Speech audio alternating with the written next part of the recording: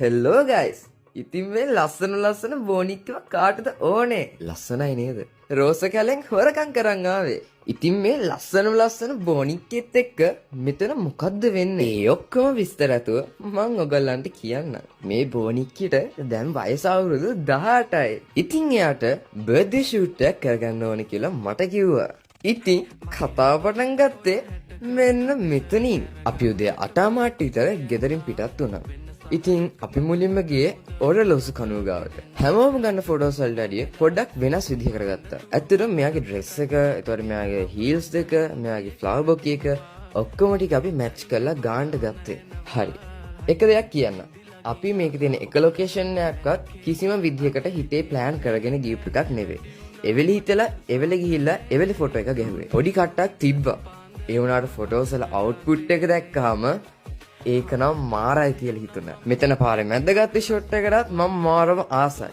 මොකද එක පැත්තෙන් ඉරේලිය ඇවිල්ලා අනිත් පැත්තේ ෂැඩෝ එක තියෙද්දි එතන අමුතුම ලුක් එකක් තියෙනවා. ඉතින් අපිට අමතරව මෙතන ෆොටෝ ෂූට්ස් දෙකක් නැත්නම් තුනක් විතර තිබ්බා. අපි ඉතින් ඒ වලටත් බාධාක් වෙන්නේ නැතුව අපි අපේ වැඩේ කරගත්තා. මේ බෝනික්කිත් එක්ක මම ෆොටෝ ෂූට් එක කරන ගොඩක්ම ආසුන හේතුව තමයි මෙයාට කියන්න දෙයක් නැහැ. මෙයා පෝසස් ද වෝක් එකද ඔක්කොම දන්නවා. එයාගේ පේරන්ට්ස්ලත් එක්ක අමුතුම විදියට මාරම ලස්සන ෆොටෝස් ටිකක් ගත්තා. ඉතින් මේ බෝනික්කි නම් ෆොටෝජෙනික් මං කරපු ෂූට්ස් වලට අනුව මේ ෂූට් එක පොඩ්ඩක් වෙනස් ලස්සන ෂූට් එකක්. ඕගොල්ලන්ට ඉක්මනට මේ ෆොටෝ ෂූට් එකේ රිසල්ට් එක අරගෙන එන්නම්. ඊට පස්සේ අපේ සෙකන්ඩ් ලොකේෂන් එක උනේ ඒක රහසක්. ඔයගොල්ලම හොයාගන්නකෝ. හැබැයි එක දෙයක් කියන්න. අපි මේ ඔක්කොම ලොකේෂන් ටික ගත්තේ ගෝල් ෆේස් එක පැත්තේ. ඒ කියන්නේ ගෝල් ෆේස් එක වටේ තමයි අපි මේ ඔක්කොම ෆොටෝ ෂූට් එක කරේ. ගල උඩටත් කොහොම හරි නැග්ගා. මම මෙතන මීට කලින් තව එක ෆොටෝ ෂූට් එකක් කරලා තියෙනවා. හැබැයි ඒක රෙඩිය මේක වෙනස් වෙන්න හේතුව මෙයාගේ ඩ්‍රෙස් එක. මෙයාගේ ඩ්‍රෙස් එකේ අමුතුම මර්මේඩ් ලුක් එකක් තියෙනවා. ඒකත් එක්ක අපි මුනේ බීච් එකට යන්න කියලා හිතුවා. හැබැයි මෙතන තියෙන මේ දියැල්ලත් එක්ක එක මාර ලස්සනට වැදුනා. මේ රේන්බෝ එක අපිට වාසනාවට ෆොටෝස් වලටත් සෙට් වුණා. ඔයගලන්ට වීඩියෝ එකෙන් දැකලා මේක මාර ලස්සනයි කියලා අනිවාර්යයෙන්ම හිතෙන්න ඕනේ. හිතුන් නැත්තම් වැඩක් නැහැ. ඒක කතා කරන්නට.